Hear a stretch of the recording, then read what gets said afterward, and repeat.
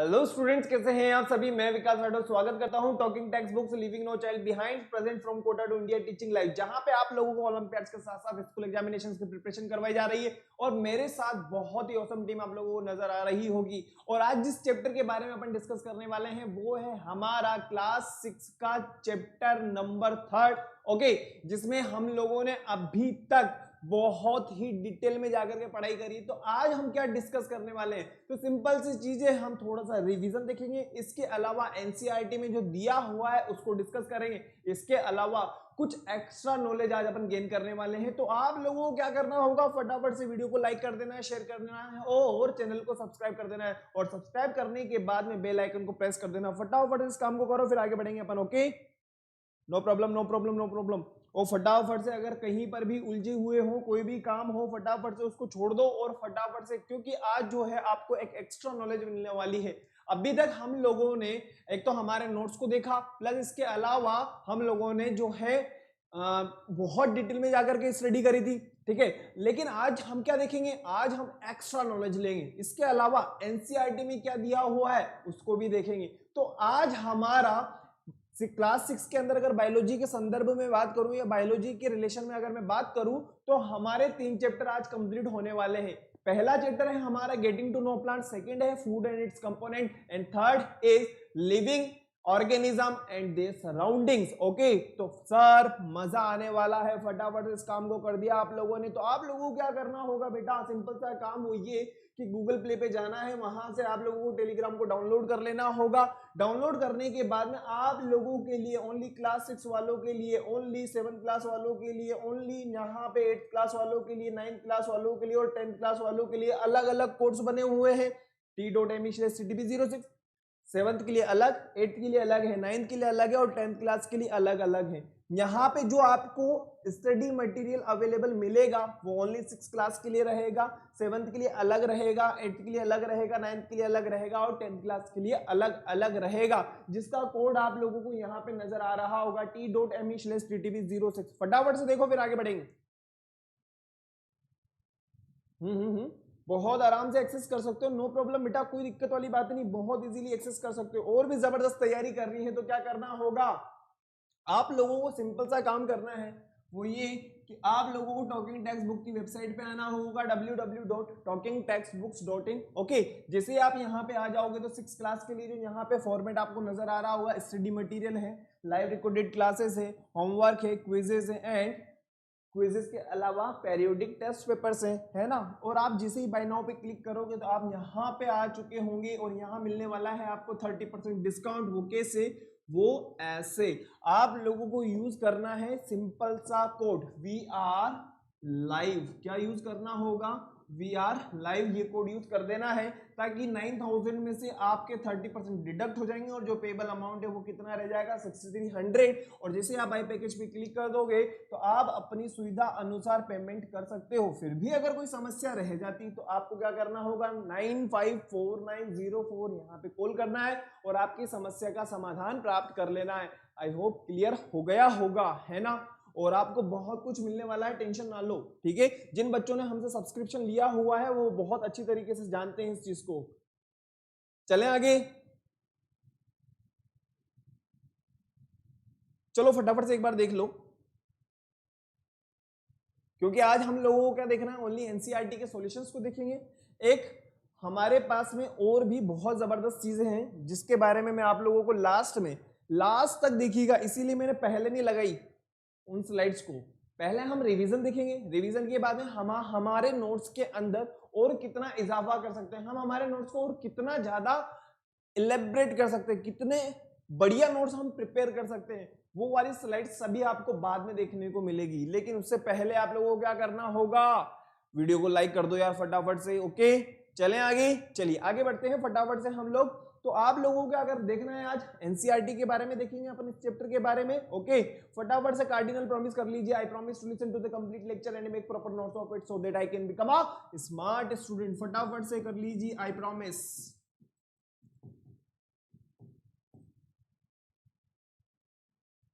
फटाफट करो इसको। I promise to listen to the complete lecture and make proper notes of it so that I can become a smart student. चलें आगे।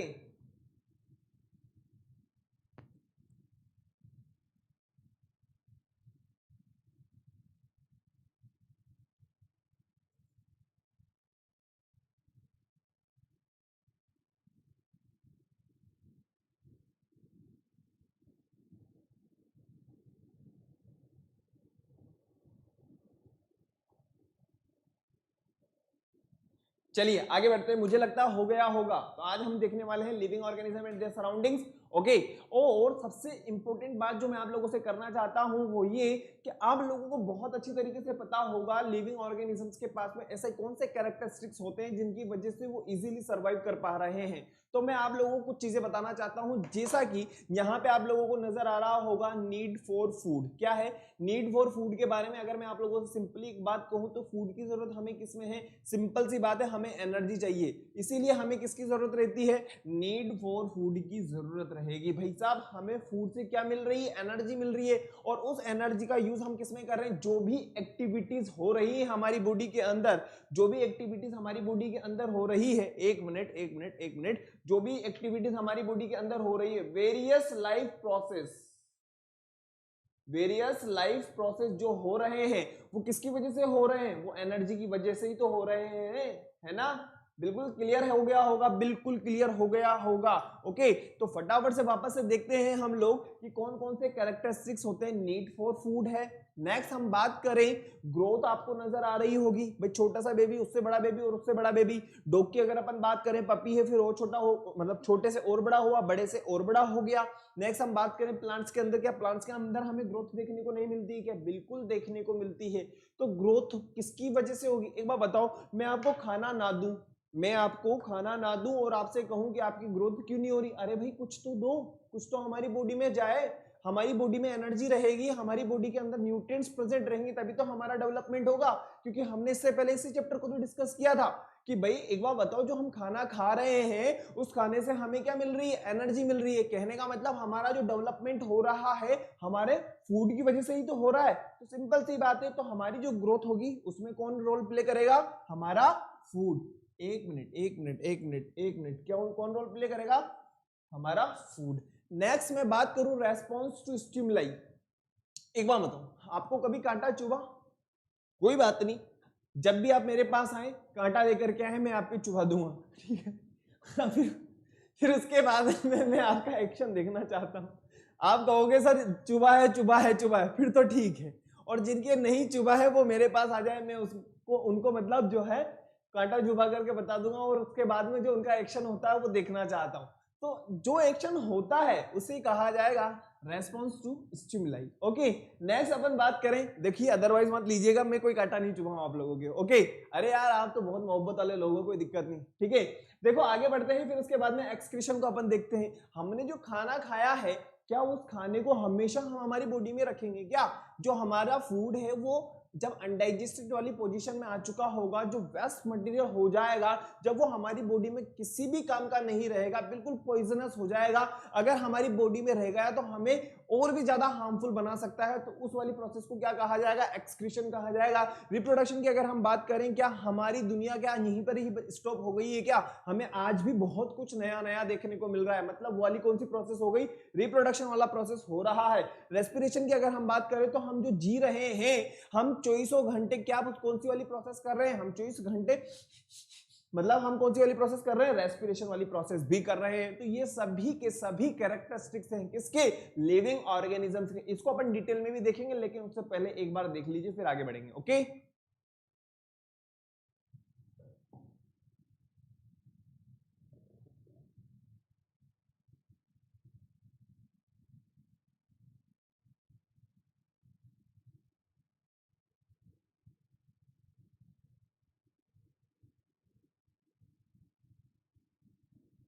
चलिए आगे बढ़ते हैं।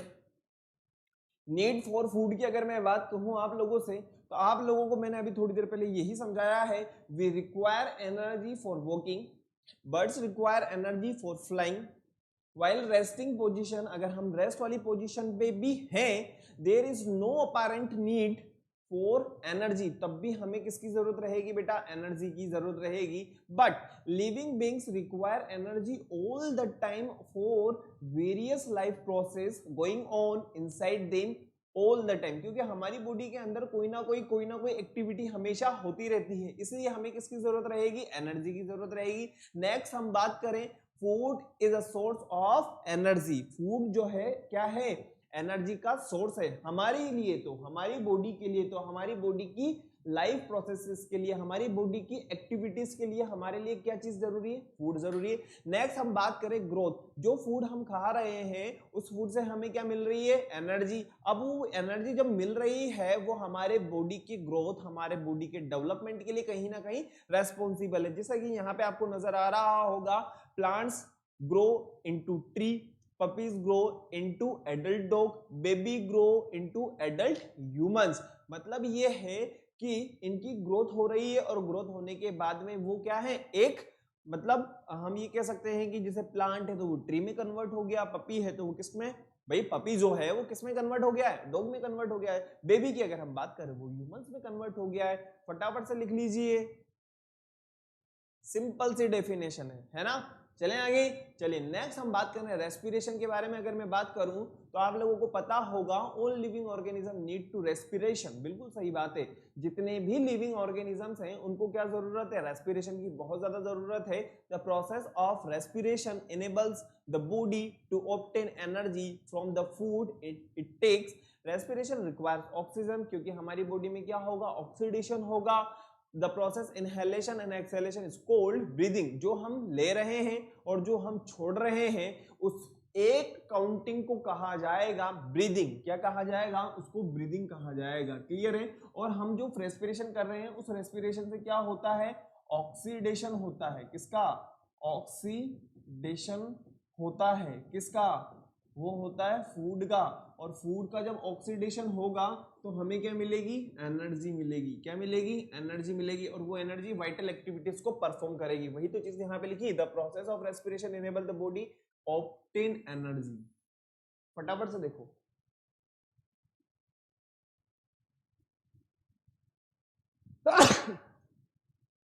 सॉरी, क्लियर है। चलें आगे, आगे बढ़ सकता हूं ना मैं, चलो आगे देखते हैं, फटाफट से आगे बढ़ेंगे बेटा, थोड़ा फास्ट लेंगे अपन आज। ओके, रेस्पिरेशन डिफरेंट ऑर्गेनिजम्स में किस तरीके से हो रहा है। अर्थवॉर्म की अगर मैं बात करूं तो स्किन के थ्रू होगा, फिश की अगर मैं बात करूं तो गिल्स के थ्रू होगा, ह्यूमंस की अगर मैं बात करूं तो लंग्स के थ्रू होगा, प्लांट्स की अगर मैं बात करूं तो स्टोमेटा के थ्रू होगा, है ना। स्टोमेटास क्या होते हैं, छोटे छोटे पोर्स होते हैं जो प्लांट्स की लीफ वगैरह में प्रेजेंट होते हैं। अगर आपको समस्या लग रही है तो मैंने बेटा इनको बिल्कुल डिटेल में पढ़ाया हुआ है, हम थोड़ा सा आज रिवीजन देख रहे हैं इसलिए थोड़ा सा स्पीड में है। ओके, आगे बढ़े, चलिए आगे बढ़ते हैं। नेक्स्ट जो हमारे पास में आता है वो है रेस्पॉन्स टू स्टिमुलाई। एक बार बताओ, आपके घर में फोन आता है, हमारा जो फोन रिंग होता है, रिंग होने के बाद में हम उसको क्या करते हैं, हेलो, हाँ विकास राठौर बोल रहा हूँ, कितनी बजे आना है, कितनी बजे जाना है, क्या काम है, कितनी बजे हमारी क्लास लगेगी। तो हम क्या कर रहे हैं, उसको रेस्पॉन्स कर रहे हैं। तो हमने क्या किया है, ये सारे के सारे कैरेक्टरिस्टिक्स होते हैं किसके, लिविंग ऑर्गेनिजम्स के। आपके कांटा चुभा तो हम ऐसा थोड़ी ना कांटा चुभता ही रहेगा, हम एकदम से हमारे पैर को पीछे कर लेते हैं। आपने किसी गर्म चीज को छू लिया तो एकदम से हमारा हाथ पीछे की तरफ आ गया, तो क्या है वो, हम क्या कर रहे हैं, किसी भी एक्शन के लिए रिएक्शन कर रहे हैं, वो हो जाएगा हमारा रेस्पॉन्स टू स्टिमुलाई। चाहे वो प्लांट्स की अगर मैं बात करूं, जैसा कि आपको पता होगा टच मी नॉट जो प्लांट्स होता है, अगर आप उसको छुओगे तो क्या होगा, अरे भाई इतना आगे नहीं जाना है हमें, ठीक है। टच मी नॉट प्लांट की अगर मैं बात करूं तो क्या होगा भाई, श्रिंक हो जाएगा, सिंपल सी बात है ना, ऐसा ही होता है ना, क्या हो जाएगा, श्रिंक हो जाएगा। चलें आगे, चलिए फटाफट से अब हम बात करें next characters of living organism. तो आप लोगों को एक्सक्रीशन पता है, एक बार बताओ, जो फूड हमने खा लिया, जो फूड हमारी बॉडी में चला गया, अब उसको क्या करना है, बाहर निकालना है, क्योंकि वो किस फॉर्म में आ चुका है, पॉइजनस सब्सटेंसेस है वो, हार्मफुल सब्सटेंसेस है वो, क्योंकि अगर हमारी बॉडी में रह जाएगा तो क्या करेगा, हमें नुकसान करेगा, सिंपल सी बात है। इसीलिए हमें क्या करना पड़ेगा, उसको बाय प्रोडक्ट हमारी बॉडी से बाहर निकाल देना होगा। And this process is known as excretion. और एक्सक्रीशन और किस किस तरीके से हो सकता है भाई, एक बार बताओ मुझे आप, जो हमारी बॉडी के अंदर स्किन है, स्वेट ग्लैंड्स होती हैं, जो हमारी बॉडी से क्या है, स्वेट की फॉर्म में बाहर निकल रहा है, लंग्स की अगर मैं बात करूं तो CO2 हमारे किसी भी काम की नहीं, हमारे काम की तो क्या है, हमारे काम की तो ऑक्सीजन है। तो लंग्स के थ्रू क्या हो रहा है, कार्बन डाइऑक्साइड भी बाहर निकल रही है। अब आप कहोगे सर बहुत फास्ट चल रहे हैं, बेटा हमने पहले इसको स्टडी कर लिया है। नेक्स्ट हम बात करें मूवमेंट की, जैसा कि आपको यहाँ पे नजर आ रहा होगा, लिविंग ऑर्गेनिज्म का सबसे बेहतरीन जो कैरेक्टरिस्टिक्स होता है वो होता है मूवमेंट, जैसा कि आप लोगों को नजर आ रहा होगा। देखिए फटाफट फिर आगे बढ़ेंगे अपन। ओके, प्लांट्स हैं, प्लांट्स भी मूवमेंट शो करते हैं, आप लोगों को पता है ग्रोथ हो रही है उनकी, तो एक तरीके से मूवमेंट ही तो है। टच मी नॉट प्लांट की अगर मैं बात करूं तो एक तरीके से क्या शो कर रहा है, वो हमें मूवमेंट शो कर रहा है ना। चलें आगे, चलिए आगे बढ़ते हैं। रिप्रोडक्शन, रिप्रोडक्शन तो बहुत इंपॉर्टेंट है। The birth of the baby movement celebration universally birds laid eggs. Birds की अगर अपन बात करें तो वो क्या प्रोड्यूस करते हैं, एग वगैरह, उन अंडों में से क्या निकलते हैं, नए बर्ड्स वगैरह निकलेंगे, ठीक है, मतलब छोटे बेबी बर्ड्स निकलेंगे, सिंपल सी बात। Cat gives small needs and cow gives, cow जो होता है वो क्या करता है, अपने ही तरह एक बर्थ जो है बेबी को हम बात कर सकते हैं उसको प्रोड्यूस करता है। एडल्ट एनिमल्स की अगर अपन बात करें या हमारी हम बात करें तो हम भी तो एक बेबी को ही प्रोड्यूस करते हैं, ऐसा थोड़ी ना एग वगैरह आ रहा है फिर उसके बाद में। हाँ, इंटरनल प्रोसेस एक अलग चीज हो सकती है, एक इंटरनल प्रोसेस एक अलग चीज हो सकती है, लेकिन यहाँ पे अगर हम बात करें रिप्रोडक्शन की तो रिप्रोडक्शन तो एनिमल का, मतलब हम ये कह सकते हैं कि लिविंग ऑर्गेनिज्म का एक सबसे इंपॉर्टेंट कैरेक्टरिस्टिक्स होता है। वही चीज लिखी हुई है, फटाफट से देखिए।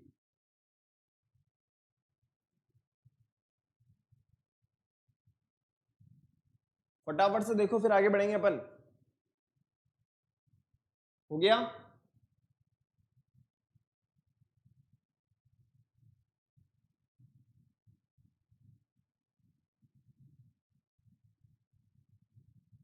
चलिए आगे देखते हैं। हैबिटेट, लिविंग क्रिएचर्स और organisms are found everywhere. Spider की मैं बात करूं तो आप लोगों को पता होगा, आप अपनी कबर्ड्स वगैरह के यहाँ पे देख सकते हो, किसी भी कोने में आप देख सकते हो, आपको स्पाइडर वहां पे देखने को मिल जाएगी मतलब। लिजर्ड्स की मैं बात करूं तो आपको वॉल पे चलती हुई मिल जाएगी। और हम ये भी कह सकते हैं कि जो स्पाइडर है, जो लिजर्ड्स हैं, ये जिस भी हैबिटेट में रह रहे हैं या जिस भी एनवायरनमेंट के अंदर रह रहे हैं या जिस भी प्लेस में रह रहे हैं, तो वो वाला प्लेस इनको क्या प्रोवाइड कर रहा है, सिंपल सी बात है, फूड प्रोवाइड कर रहा है। फूड प्रोवाइड कर रहा है तभी तो इजीली ये लोग रह पा रहे हैं, है ना।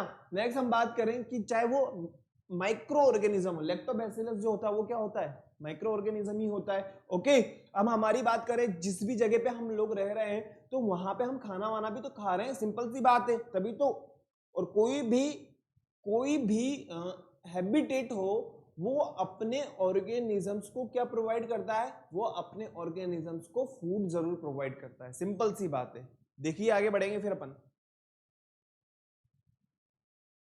चलें आगे, चलिए फटाफट से देख लीजिए। The surroundings include the environmental condition which provide the organism it food, water, air and shelter constitutes the habitat of that organisms. Next हम बात करें, living components of this environments are called biotic components.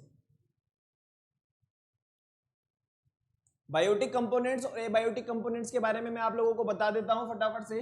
जो living components होंगे, जो living organisms होंगे, उसको हम किस में काउंट करेंगे, बायोटिक कंपोनेंट में। ओके, और अगर मैं बात करूं नॉन लिविंग की, तो नॉन लिविंग को हम किस में काउंट करेंगे, एबायोटिक कंपोनेंट्स में। तो आप लोगों को क्लियर हो गया होगा, लिविंग कंपोनेंट का मतलब सिंपल सी बात है बायोटिक कंपोनेंट्स, या लिविंग ऑर्गेनिज्म की मैं बात करूं जैसा कि यहां पे नॉन लिविंग है। क्लियर है ना, मतलब ये कि चाहे वो कुछ भी हो लिविंग ऑर्गेनिजम्स के अंदर, चाहे वो प्लांट्स हो, चाहे वो माइक्रो ऑर्गेनिजम्स हो, चाहे कुछ भी हो, वो लिविंग ऑर्गेनिज्म है, तो उसे हम किस में काउंट करेंगे, सिंपल सी बात, बायोटिक कंपोनेंट्स में काउंट करेंगे।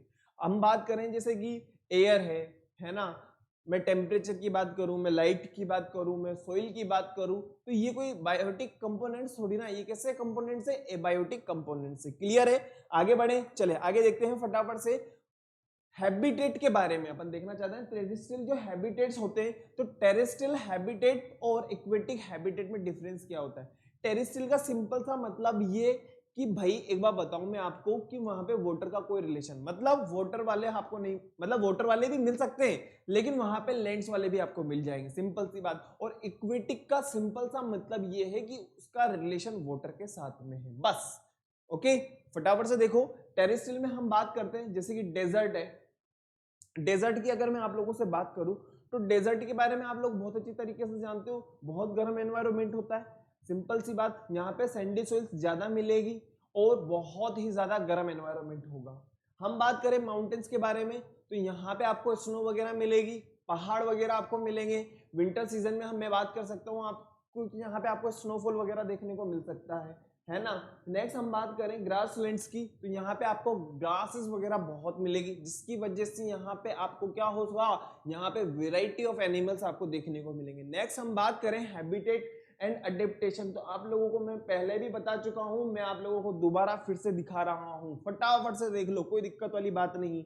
हैबिटेट और अडेप्टेशन हो जाना चाहिए। चले आगे, चलिए नेक्स्ट हम बात करें। अब आपके लिए जो बहुत इंपॉर्टेंट चीज है वो ये है कि मैंने जैसा आपसे कहा था कि अब आपको थोड़ा सा अपने नोट्स को क्या करना है, फटाफट से शानदार कर देना है। तो आप लोगों को यहाँ पे जो नजर आ रहा है वो है एनवायरमेंट, कि एनवायरमेंट क्या होगा, एवरीथिंग सराउंड अस, जो भी हमारे चारों तरफ है, everything surrounding us and affecting us, और हमें उसकी वजह से कुछ ना कुछ इफेक्ट्स हो रहा है, उसे क्या कहा जाएगा, हमारा एनवायरमेंट कहा जाएगा। और एनवायरमेंट्स के भी दो कंपोनेंट्स हैं, एक होगा हमारा बायोटिक कंपोनेंट और दूसरा हो जाएगा हमारा एबायोटिक कंपोनेंट। सिंपल सी बात, एबायोटिक और बायोटिक कंपोनेंट्स को अपन फिर से देखते हैं तो लिविंग थिंग्स को इसके अंदर हम काउंट करेंगे, चाहे वो एनिमल्स हो चाहे वो प्लांट्स हो। अगर हम एबायोटिक की बात करें तो एबायोटिक में हम किसकी बात करेंगे, नॉन लिविंग थिंग्स की बात करेंगे, चाहे वो सोइल है, वाटर है, एयर है या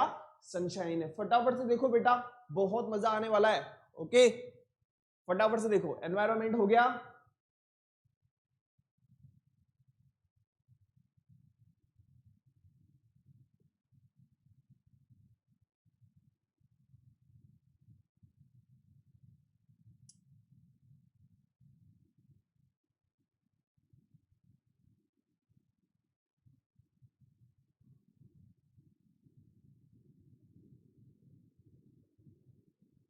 इरेज करना है क्या इनको,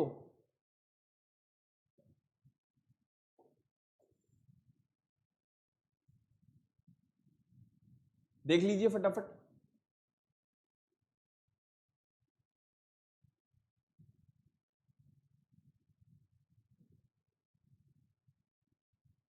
हो गया,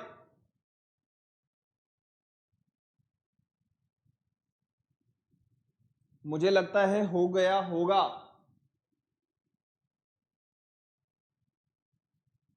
जो भी हमारे चारों तरफ है, जैसा कि आपको दिखाई दे रहा होगा, चाहे वो सन हो, चाहे वो क्लाउड्स हो, चाहे वो पेड़ पौधे हो, चाहे वो जानवर हो, चाहे वो इंसान हो, चाहे वो हमारे वेल वगैरह, जो भी है हमारे यहाँ चारों तरफ, कोई नदी वगैरह, कोटा की हम बात करें तो कौन सी नदी है, चंबल नदी है, सिंपल सी बात है। तो हमारे चारों तरफ का जो एनवायरमेंट है और जिस एनवायरमेंट की वजह से हमें भी इफेक्ट हो रहा है उसे कहा जाएगा एनवायरमेंट, सिंपल सी बात है। तो वही चीज यहाँ पे लिखी हुई बेटा, everything surrounding us and affecting us is called environment. और एनवायरमेंट के दो कंपोनेंट्स आप लोगों को यहाँ पे दिखाई दे रहे हैं, एक होता है बायोटिक, दूसरा होता है एबायोटिक। फटाफट से देख लो बेटा, चलें आगे।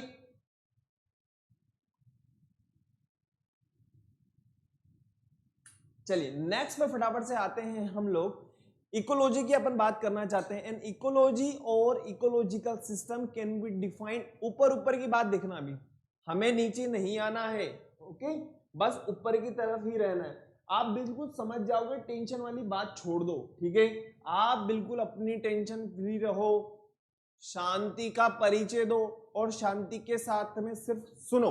अब देखो, इकोलॉजी की मैं बात करना चाहता हूं, इकोसिस्टम और इकोलॉजिकल सिस्टम बात एक ही है, चाहे वो इकोसिस्टम का है चाहे वो इकोलॉजिकल सिस्टम का है, कोई दिक्कत नहीं है, एक ही बात है। नेक्स्ट अपन बात करना चाहते हैं, कैन बी डिफाइंड एज, हम इसको प्रदर्शित कर सकते हैं, हम इसको डिफाइन कर सकते हैं किस तरीके से, a group of living, a group of living and a group of non living things. मतलब दो ग्रुप हैं हमारे पास में, चाहे वो लिविंग हो चाहे वो नॉन लिविंग हो। बात को समझना बेटा, इकोलॉजी की बात कर रहे हैं हम लोग, इकोलॉजिकल सिस्टम की बात कर रहे हैं हम, तो इकोलॉजी बोले चाहे इकोलॉजिकल सिस्टम बोले, इसमें क्या होगा, दो चीजें होंगी, एक होगा नॉन लिविंग, एक होगा लिविंग।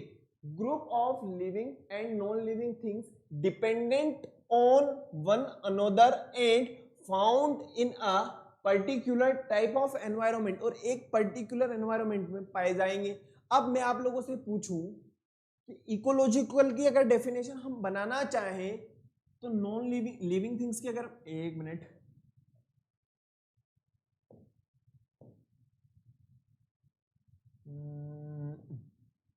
अगर लिविंग थिंग्स की बात कर रहा है तो यहां पे हम किसकी बात करेंगे, बायोटिक।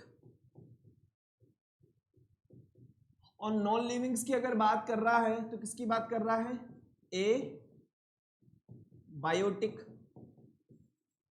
तो ऐसा ग्रुप जिसमें बायोटिक कंपोनेंट्स और एबायोटिक कंपोनेंट्स एक दूसरे के ऊपर डिपेंडेंट हो उसे कहा जाएगा ecological system. I hope clear हो गया होगा। तो आप लोगों के पास में दो डेफिनेशंस हो चुकी हैं। आप चाहें तो बायोटिक कंपोनेंट से दो, चाहे एबायोटिक कंपोनेंट से दो, फटाफट से आपकी मर्जी पड़े, जो आपको उतारना है उतार लीजिए फटाफट। इसीलिए मैंने आप लोगों से कहा था कहीं मत जाना, आज आप लोगों को मजा आने वाला है मस्त। क्लियर है? फटाफट से देखो, फटाफट से डेफिनेशन लिख लीजिए। अगर हम इन सभी की बात करें तो ये कहीं ना कहीं, अब मेरे को एक बात बताओ, यहाँ पे एयर भी होगी, यहाँ पे लाइट भी होगी, अगर यहाँ पे हम बात करें सोइल वगैरह तो यहाँ सोइल भी होगा, तो ये एक दूसरे के ऊपर कहीं ना कहीं डिपेंडेंट तो है ना, सिंपल सी बात है। तो लिविंग थिंग्स हो चाहे नॉन लिविंग थिंग्स हो, वो एक दूसरे के ऊपर कहीं ना कहीं डिपेंडेंट है। क्लियर? नेक्स्ट अपन बात करेंगे बायोस्फीयर के बारे में, लेकिन उससे पहले आप लोग इसको लिख लीजिए। क्लियर हो गया?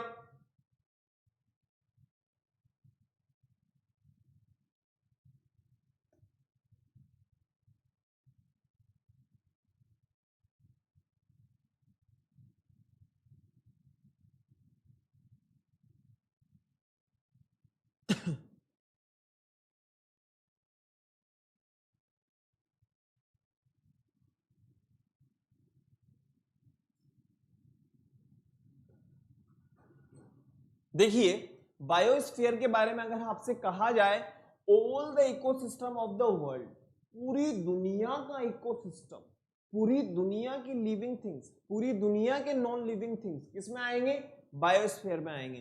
तो इकोलॉजी भी हमें समझ में आ गया, बायोस्फीयर भी हमें समझ में आ गया। अब हम बात करते हैं, each ecosystem is made up of abiotic factors and biotic factors. Abiotic factors की अगर मैं बात करूं तो नॉन लिविंग थिंग्स की मैं बात कर रहा हूं, मैं बायोटिक फैक्टर्स की अगर बात कर रहा हूं तो दैट मीन्स मैं किसकी बात कर रहा हूं, लिविंग थिंग्स की बात कर रहा हूं। सिंपल सी बात है ना। अब अपन बात करते हैं एबायोटिक थिंग्स के बारे में। इनऑर्गेनिक सब्सटेंसेस कौन कौन से होंगे, सोइल है, वाटर है, एयर है। बात को समझना, नॉन लिविंग थिंग्स की बात कर रहे हैं अपन। इनऑर्गेनिक सब्सटेंसेस कौन कौन से, अब यहां से हम होने वाले हैं थोड़े से एडवांस, यही डिफरेंस है। सिंपल सी बात है भाई साहब, थोड़ा सा अगर एडवांस होना है ना तो पढ़ना थोड़ा ज्यादा ही पड़ता है। क्लियर है? अब आप कहोगे सर थोड़ा सा समझ में नहीं, क्या समझ में नहीं आ रहा? इकोलॉजी के अंदर लिविंग थिंग्स और नॉन लिविंग थिंग्स की बात की जाएगी, बायोस्फीयर में पूरी दुनिया के इकोलॉजी की बात की जाएगी। इकोसिस्टम जो बना हुआ है वो बायोटिक और एबायोटिक से मिलकर के बना हुआ है। एबायोटिक को भी हमने फिर फर्दर क्लासिफाई कर दिया है, इनऑर्गेनिक सब्सटेंसेस कौन कौन से हैं, ऑर्गेनिक सब्सटेंसेस कौन कौन से हैं, और फिजिकल फैक्टर्स कौन कौन से हैं। अब यहाँ पे हम लोग जानते हैं, क्योंकि हम लोग इससे पहले वाला चैप्टर पढ़कर आए हैं और उस चैप्टर में हमने फूड चेन को पढ़ा है और वहां पे हमने प्रोड्यूसर्स, कंज्यूमर्स और डीकंपोजर्स को पढ़ा है। तो फटाफट से उतार लो बेटा, कोई दिक्कत वाली बात नहीं। ऑर्गेनिक सब्सटेंसेस की अगर अपन बात पूछा जाएगा तो वो प्रोटीन है, कार्बोहाइड्रेट है, लिपिड्स है। फिजिकल फैक्टर्स के बारे में आपसे पूछा जाएगा तो वो एटमॉस्फेयर हो जाएगा, टेम्परेचर हो जाएगा, लाइट हो जाएगा, रेनफॉल हो जाएगा। आई होप क्लियर हो रहा होगा। अब आपसे क्वेश्चन किया जाएगा कि एबायोटिक फैक्टर्स को या एबायोटिक कंपोनेंट्स के एग्जांपल बता दीजिए। तो soil, water, air, protein, carbohydrate, lipids. Atmosphere, temperature, rainfall. लेकिन जो एडवांस स्टूडेंट्स होगा और उससे पूछा जाएगा ऑर्गेनिक सब्सटेंसेस के एग्जाम्पल बताइए, एबायोटिक फैक्टर में ऑर्गेनिक सब्सटेंसेस के एग्जाम्पल बता दीजिए, प्रोटीन, कार्बोहाइड्रेट, लिपिड्स। हमारा आंसर इस तरीके से आना चाहिए बस। अब हम बात करें producer, all green plants, consumers, herbivores हैं, कार्निवोर्स हैं, ओमनीवोर्स हैं, डिकम्पोजर्स, बैक्टीरिया वगैरह। सिंपल सी बात, फटाफट से उतार लो बेटा। आज मेरी नाक में पता नहीं जाने क्या हो गया, बार बार हो जाता है। हो गया, देख लो फटाफट से बेटा। अब यहां से हम थोड़े से एडवांस हो गए हैं, है ना। चले आगे, चलिए आगे बढ़ते हैं फटाफट। अब जो हमारे पास में है बायोटिक कंपोनेंट्स ऑफ एनवायरनमेंट, फटाफट से देखो बायोटिक कंपोनेंट कौन कौन से एनवायरनमेंट के अंदर। प्लांट्स की हम बात कर सकते हैं, प्लांट्स के ऊपर कौन डिपेंड होंगे, हर्बीवोर्स। हर्बीवोर्स पे कौन डिपेंड होंगे, कार्निवोर्स। कार्निवोर्स और हर्बीवोर्स पे जो डिपेंड होंगे, ओमनीवोर्स। ओमनीवोर्स के बाद में हम बात करें जो ह्यूमंस के ऊपर डिपेंड होते हैं या किसी होस्ट बॉडी के ऊपर डिपेंड होते हैं, उसे कहा जाएगा पैरासाइट। डिकम्पोजर्स और सिम्बायोट्स, मतलब आपका भी फायदा और मेरा भी फायदा। फटाफट से एज इट इज उतार लीजिए और आपको ऊपर ही ऊपर लिख देना है biotic components of our environment. Abiotic भी मैं समझा चुका हूं और बायोटिक भी समझा चुका हूं, फटाफट से उतार लो। ये है आज का गुरु ज्ञान, फटाफट फटाफट फटाफट। सब चीजें यहां पे आपको एकदम क्रिस्टल क्लियर है, मुझे नहीं लगता कि कोई दिक्कत आनी चाहिए। क्वेश्चन आंसर तो हम फट फट फट फट फटाफट फटाफट फटाफट करते चले जाएंगे, लेकिन पहले हमारे नोट्स बिल्कुल सही होने चाहिए। फटाफट से देखो, चलें आगे।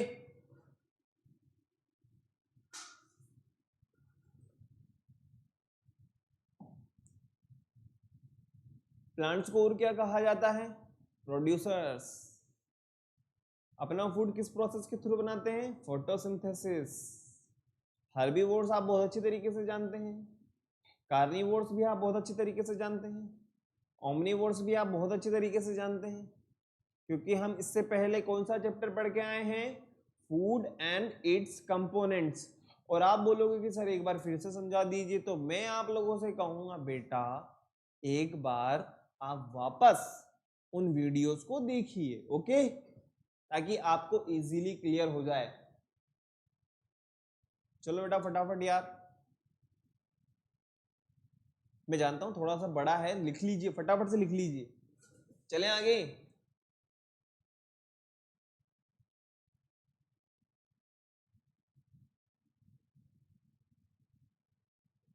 चलिए ठीक है, मैं आप लोगों को 1 मिनट और दे रहा हूं, है ना, मतलब 60 सेकंड है आप लोगों के पास। अभी 33 हो रहे हैं मेरे टाइमिंग के हिसाब से। 33 से जैसे 34 पे आ जाएगा, मैं आपको आगे ले चलूंगा यहाँ से फटाफट।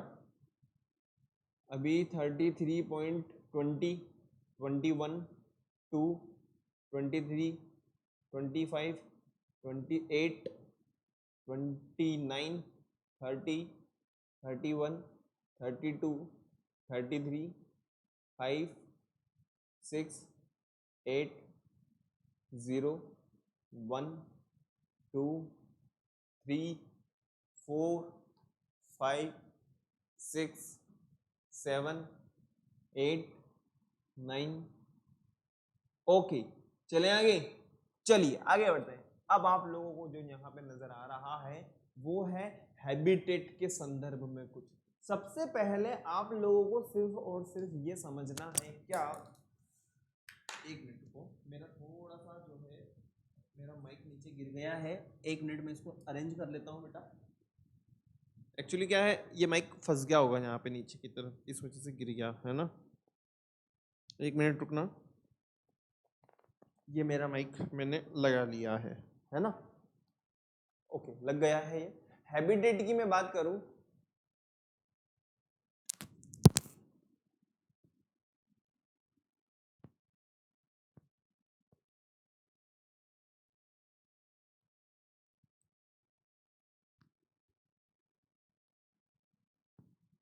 देखो हैबिटेट की अगर मैं बात करूं तो मैं आपको पहले भी समझा चुका हूं, मतलब बता चुका हूं, क्लियर कर चुका हूं। Habitat is a place where the condition are favourable for an organism.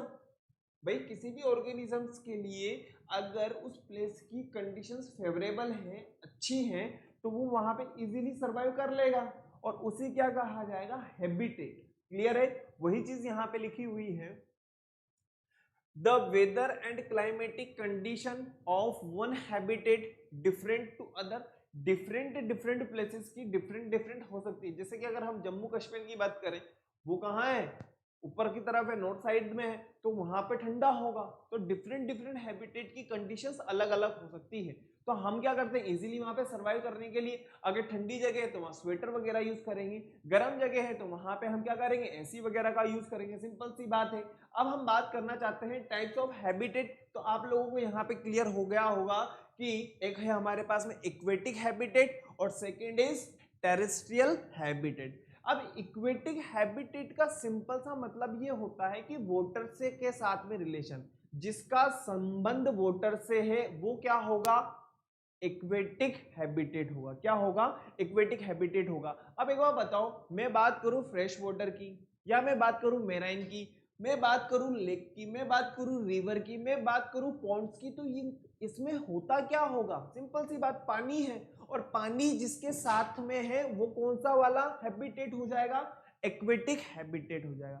क्या हो जाएगा बेटा, इक्वेटिक हैबिटेट हो जाएगा। तो मेराइन हो चाहे फ्रेश वाटर हो, ये क्या होंगे, ये हो जाएंगे हमारे इक्वेटिक हैबिटेट। अब हम बात करें टेरेस्ट्रियल, तो टेरेस्ट्रियल में ग्रासलैंड है, ट्रॉपिकल है, डेजर्ट है, टुंड्रा है और माउंटेन है। फटाफट से इनके एग्जांपल्स लिख लीजिए। ऑर्गेनिज्म भी आप लोगों को बहुत कुछ मिल रहा होगा, कौन कौन सी वहां पे क्लाइमेटिक कंडीशंस है होती है, यहाँ पे सब कुछ नजर आ रहा है। डेजर्ट की मैं बात करूं तो आप लोगों को मैं पहले भी बता चुका हूँ कैमल वगैरह के बारे में, very hot and dry. Tropical की अगर मैं बात करूं तो वार्म होता है और वेट होता है। मैं टुंड्रा की अगर बात करूं तो पेंगुइन वगैरह है, आपको पता है ना, बहुत ठंडी जगह पे रहते हैं ये लोग। माउंटेन की अपन बात करें तो जैसा कि आप लोगों को माउंटेन नजर आ रहे होंगे, योक वगैरह है, याक वगैरह है, शिप वगैरह है, गोट वगैरह है, ये यहीं पे ही आपको लोगों को मिलेगी। फटाफट से लिख लो, फटाफट एक एक एग्जाम्पल लिख लीजिए, कोई सा भी एग्जाम्पल पूछा जा सकता है हम लोगों से, no problem, no problem sir. फटाफट फटाफट से लिख लो बेटा। बहुत ही प्यारी और बहुत ही जबरदस्त और बहुत ही एडवांटेज वाली हमारी ये स्लाइड है। चलें आगे। एनसीईआरटी में ज्यादा क्वेश्चंस है नहीं हमारे, फटाफट फटाफट करते चले जाएंगे हम लोग, कोई दिक्कत नहीं है ना। देख लो फटाफट से।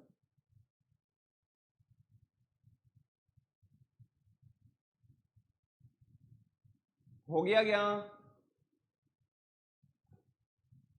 हो गया क्या, मेराइन है, फ्रेश है, ग्रासलैंड है, ट्रॉपिकल है, डेजर्ट है, टुंड्रा है, माउंटेन है, ये है हमारा टेरेस्ट्रियल हैबिटेट। आज जिस स्टूडेंट ने अगर क्लास मिस कर दी होगी तो वो बहुत ही बड़े एडवांटेज से वंचित हो जाएगा। ओके, मुझे लगता है कि अब हमें आगे बढ़ जाना चाहिए। तो मैं आप लोगों के लिए नेक्स्ट स्लाइड पे जाने वाला हूं, लेकिन मैं आप लोगों को 20 सेकंड के बाद लेके जाऊंगा। ओके, 1 2 3 4, 1 2 3 4 5 6। देखो हर तरह के बच्चे होते हैं, ठीक है। आप लोगों ने फास्ट लिख लिया कोई बात नहीं, लेकिन कई बच्चों को क्या होता है, धीरे धीरे लिखना होता है ना। चले आगे, चलो ठीक है, 10 सेकंड लास्ट है ना, 10 सेकंड के बाद अपन चलेंगे आगे, पक्का पक्का पक्का पक्का पक्का पक्का, कच्चा नहीं, बिल्कुल पक्का। बेटा कोई सा भी आपसे एग्जाम्पल दे करके पूछा जा सकता है, इसलिए एक एक एग्जाम्पल को, किसी भी चीज को स्किप मत करना। मैं आप लोगों से फिर कह रहा हूं, क्योंकि पेपर मुझे नहीं, पेपर आप लोगों को देना है, इसलिए मैंने यहाँ पे आप लोगों के लिए एक एक चीज लिखवाई है। आप कहोगे नहीं सर एक दो लिखने के बाद काम चल जाएगा, नहीं। आपने एक दो लिखा लेकिन तीसरा आ गया तो क्या कर लोगे फिर आप, मुझे बताओ। हो गया, नहीं हुआ, हो गया, नहीं हुआ, हो गया क्या,